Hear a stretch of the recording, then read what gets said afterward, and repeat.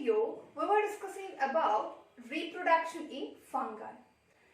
And also, we discussed that the fungi will reproduce by vegetative method, by asexual type of reproduction as well as by sexual type of reproduction. In this session, we shall discuss about the sexual type of reproduction and what does it involves in fungi. During sexual reproduction, it involves plasmogamy. Now let me see what is plasmogamy. The fusion of protoplast of two gametes, and that is called as plasmogamy. Gamy is nothing but fusion and plasmo is nothing but the protoplast of two gametes, that is male and the female gametes, which are produced in the different branch of hyphae, and that protoplast will, let me see here is an hyphae. Let us take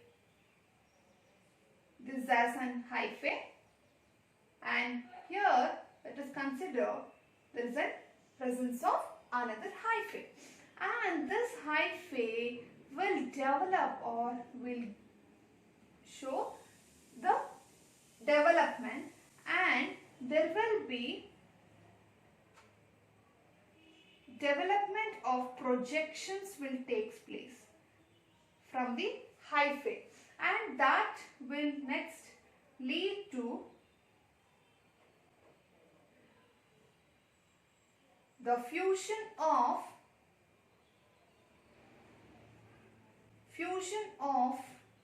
the protoplast of two different hyphae with two different nucleus. The protoplast of this hyphae is also coming in the projection, and again the protoplast of another hyphae is also extended. They are fused with each other. With the fusion of those protoplasts, there is also fusion of two gametes or two nucleus. What I am marking here very darkly, those two nucleus are fused, and later this cross walls will generate, and that will get detached from the parental hyphae, and that type of fusion of protoplast of two gametes, we call it as plasmogamy. Gamy is nothing but fusion of protoplast. The second type what we are seeing here is karyogamy.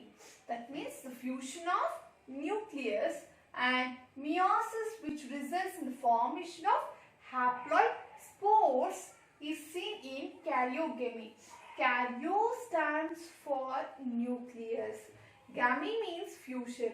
Here what the fusion is taking place? That is nothing but the fusion of nucleus is taking place, and that is also involved in sexual type of reproduction under fungi, and that fusion of nucleus we are calling it as karyogamy.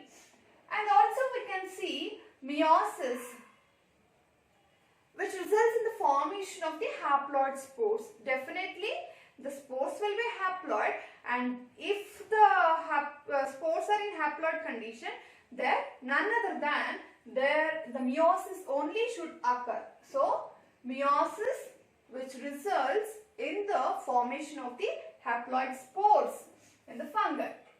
During sexual reproduction, the cells of two compatible hyphae fuses together.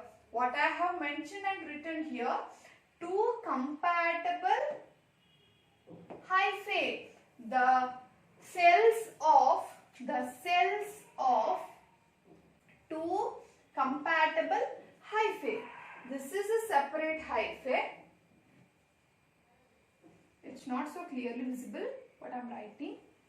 Let us consider this as one of the hyphae and this is another hyphae. These hyphae are septate. That means cross walls is present in them. And also there is the presence of nucleus within those cross walls. There is the presence of nucleus. And here during sexual reproduction, the cells of two compatible hyphae. This is one of the compatible hyphae. This is another compatible hyphae. The fusion of those cells is taking place. One cell from this hyphae and another from this compatible hyphae. Those cells are getting fused with each other, and that is also a kind of sexual reproduction, what I had mentioned. That is plasmogamy and karyogamy. Later, the haploid nuclei fuses to form the diploid zygote. That is why we are calling it as a sexual type of reproduction. A haploid nuclei from this compatible hyphae, another haploid nuclei from another compatible hyphae.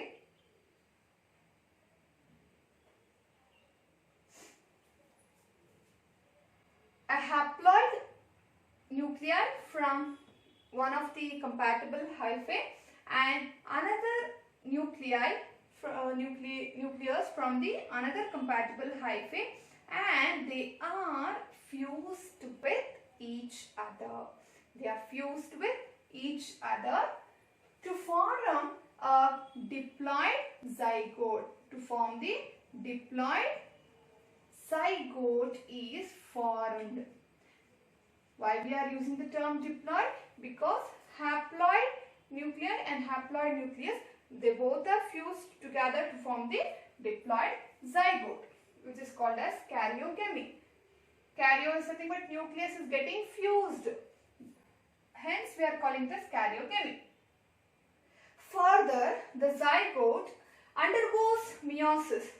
The same zygote will undergo meiosis process, and produces spores. Spores within fruiting body. How does it will lead? That is, this diploid zygote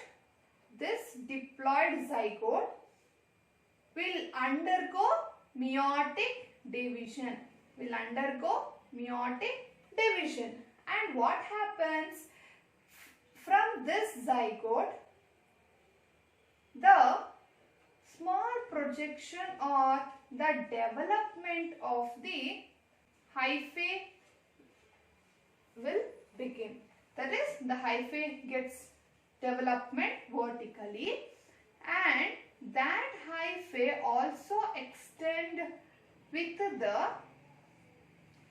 is also extended with the plasm within it as well as the nucleus. And later in the same hyphae, what happens? It leads to the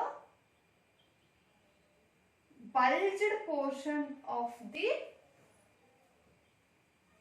sporangium, which is arised on the hyphae.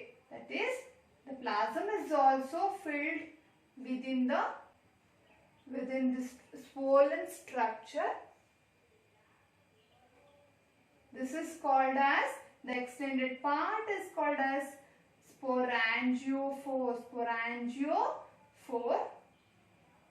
And this swollen part is called as sporangium.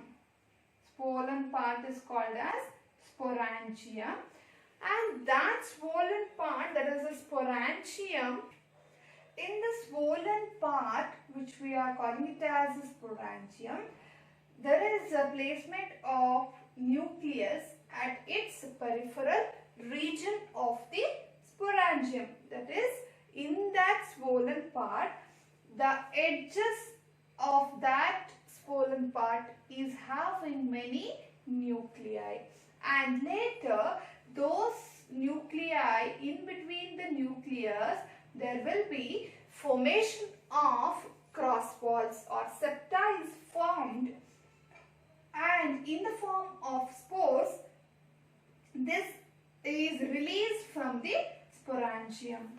These spores are released from the sporangium and that may consist of one or two nuclei.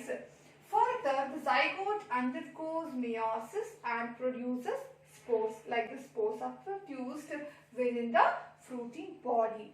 So what is fruiting body? Nothing but the part which produces spores in fungi is called as fruiting body. This is how the process of reproduction, that is sexual reproduction in fungi, takes places. Next we shall see the classification of fungi. The classification of fungi, when we see that, it involves various steps and different types of fungi are seen. The first type is Phycomycetes. First one is Phycomycetes, second one is Ascomycetes, and the third one is Basidiomycetes, and the last one is the Detromycetes. How are they classified? We shall see one by one. It might be based on their nutrition also, mode of nutrition. Let me take the first one, that is Phycomycetes. These are the fungi which is found in aquatic habitats, which is found in water medium, moist places, as well as on decaying wood. That means this Phycomycetes members or Phycomycetes fungi are found in aquatic medium as well as in the moist places, also on the decaying plant products or the plant waste, that is nothing but wood. Like this, on these habitats the Phycomycetes will develop, and some of the members are obligate parasite. That means they are harming and deriving their nutrition. The mycelium, we shall recall, mycelium is nothing but the body of the fungi. The mycelium is aseptate or cenocytic. That means the Phycomycetes fungi hyphae or the mycelium is aseptate. There is no presence of cross walls and it is cenocytic in condition. That means in that hyphae there is a presence of many nuclei. There is presence of many nuclei but absence of the cross walls. That is what we are telling it as the mycelium is aseptate and cenocytic.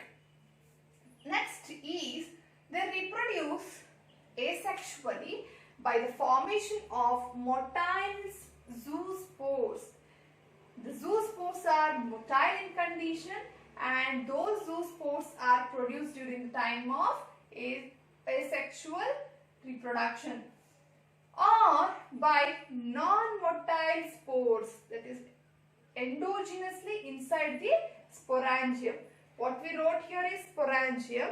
Within the sporangium we saw there was formation and development of spores, and those spores which are present within the sporangium, within, that is why we are using the word endo, means inside, within. Endogenously they are non-motile spores present inside the sporangium. We shall repeat this point. These Phycomycetes members will reproduce asexually by the formation of motile zoospores, or they may also reproduce by the non-motile spores which are endogenously produced inside the sporangium. This is about Phycomycetes, and also we can find the sexual type of reproduction. How does it take place? The places by the formation of the zoospores. By the formation of zoospores, and these zoospores are formed by the fusion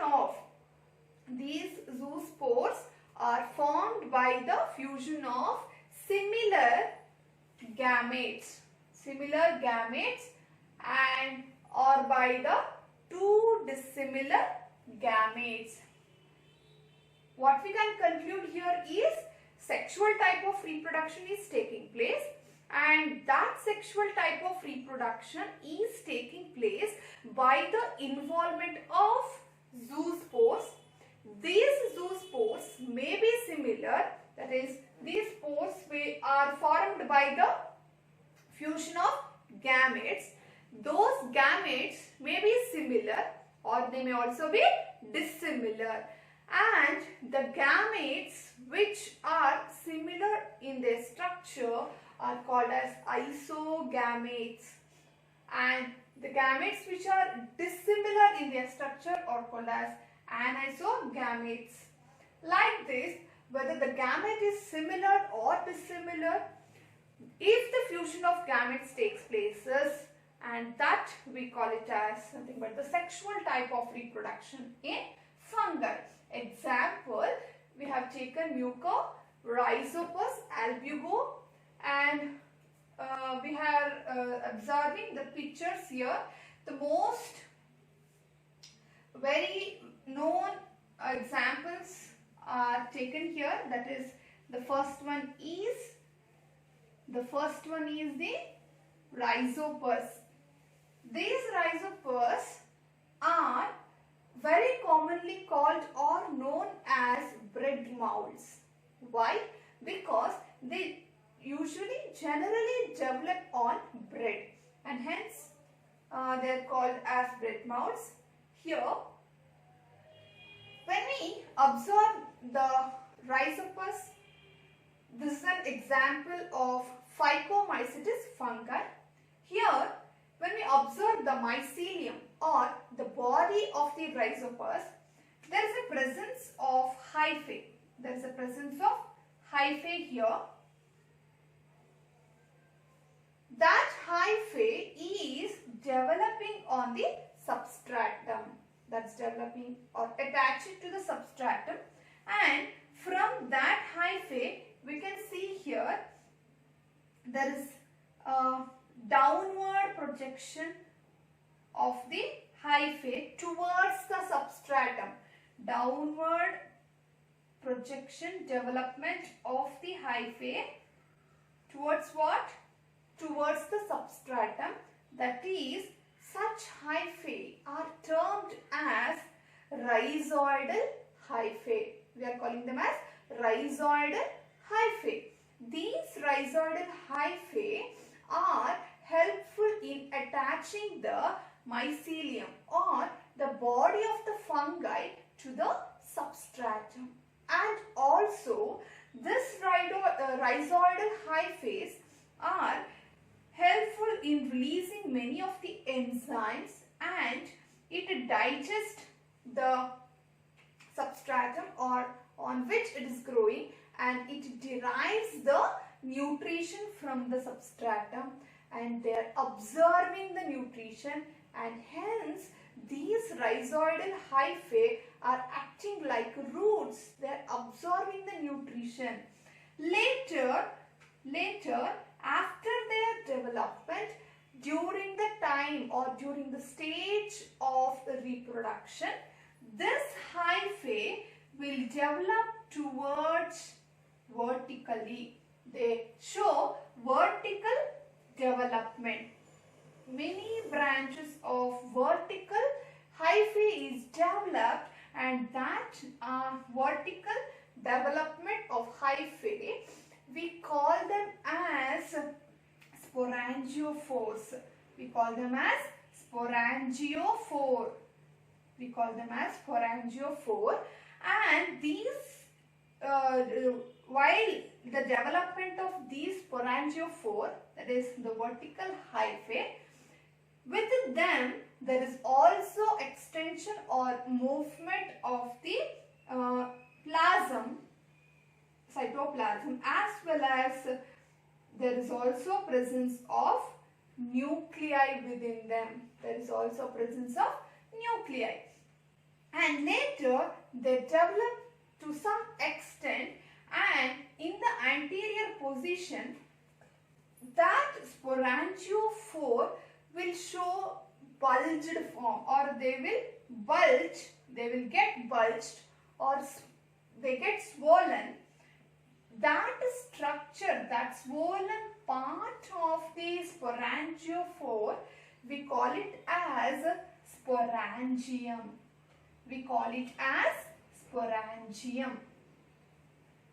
This sporangium is so beautifully modified to produce the spores.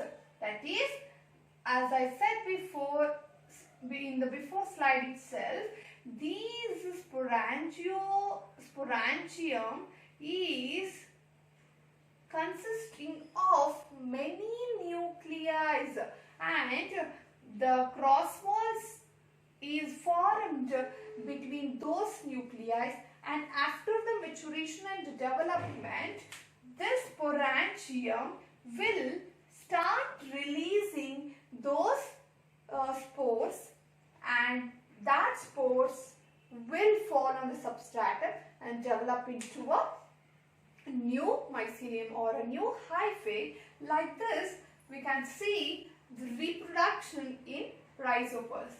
And here we are observing mucor. Even here also we are seeing the sporangium, sporangiophore, as well as the rhizoidal hyphae. And the last one is nothing but the albugo. Even here also we are seeing the many spores developing one above the other, and they will be detached after the maturation, and they lead to the development of the new fungi or a new baby fungi. This is about the reproduction of the fungi. Next, we shall see the second type of fungi, that is Ascomycetes. That is nothing but these are the fungi which are having sac-like structures. They are Ascomycetes. The members of this group are saprophytic, decomposers, parasitic, or coprophilous, which grow on dung. Ascomycetes, the name itself is telling, they are saprophytic. Saprophytic means these fungi are developing on the dead and decaying organic matters or dead and decaying organisms, and they are parasitic form. That means they also harm other organisms to obtain or derive their nutrition. And these Ascomycetes, some of the Ascomycetes are also called as coprophilous because they grow on the dung, that is nothing but the waste of the cattle. The members of Ascomycetes are multicellular. In the initial slide itself, we said that all the fungi are multicellular except yeast. So like that, the members of Ascomycetes are also multicellular except yeast, which is a unicellular. Yeast is a unicellular fungi. The mycelium is branched and septate. The fungi which belongs to Ascomycetes, that is nothing but they are having branched hyphae, as well as their hyphae is of septate. That means cross walls or chambers is present, septa is present in their hyphae. They reproduce asexually by the formation of spores. They reproduce asexually by the formation of spores like conidiospores, and produces exogenously on conidiophores. In the previous we studied about the sporangiophores, but here the spores are produced on the structure called as conidiophores, and that spores are called as conidia.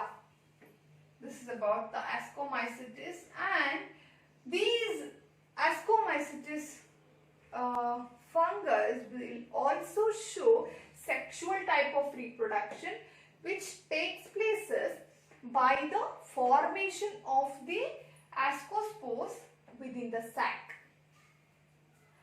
like structures called as asci. That means why we gave the term Ascomycetes. Mycetes is nothing but mycelium or the fungi. That is nothing but asc means nothing but sac-like structure or a bag-like structure is present in these type of fungi. They are also showing sexual type of reproduction, and how the sexual type of reproduction is taking place by the formation of the ascospores. Where these ascospores are placed or produced? The ascospores are produced in the sac-like structure called as asci. The asci are arranged on the fruiting body. The asci are arranged on the fruiting body. Please do recall, fruiting body is nothing but the structure which is modified for the purpose of reproduction. I will repeat. Asci are arranged on the fruiting body called ascocarps, which are called as ascocarps. Example is Penicillium, Aspergillus, Claviceps and Neurospora. These are some of the examples for Ascomycetes fungi. Here is a note, Neurospora is used extensively in the study of genetic and biochemicals. Neurospora is also a kind of fungi, and that is very extensively used and playing a very important vital role in the field of genetics and also the biochemicals, in the study of genetics and biochemicals. And the second note here is morels and bophels are edible. That means some of the Ascomycetes members are also edible, which are capable of or which are eligible or which can be eaten. Such fungi are called as edible fungi. There is the picture of Aspergillus. We are observing the conidiophore, and here there is the development of spores which are involving in reproduction. And next one is Neurospora, is an example that is having sac-like structures, that also an example of Ascomycetes. And the last one is Claviceps. These are the very different rare fungi which can be taken as the examples for Ascomycetes.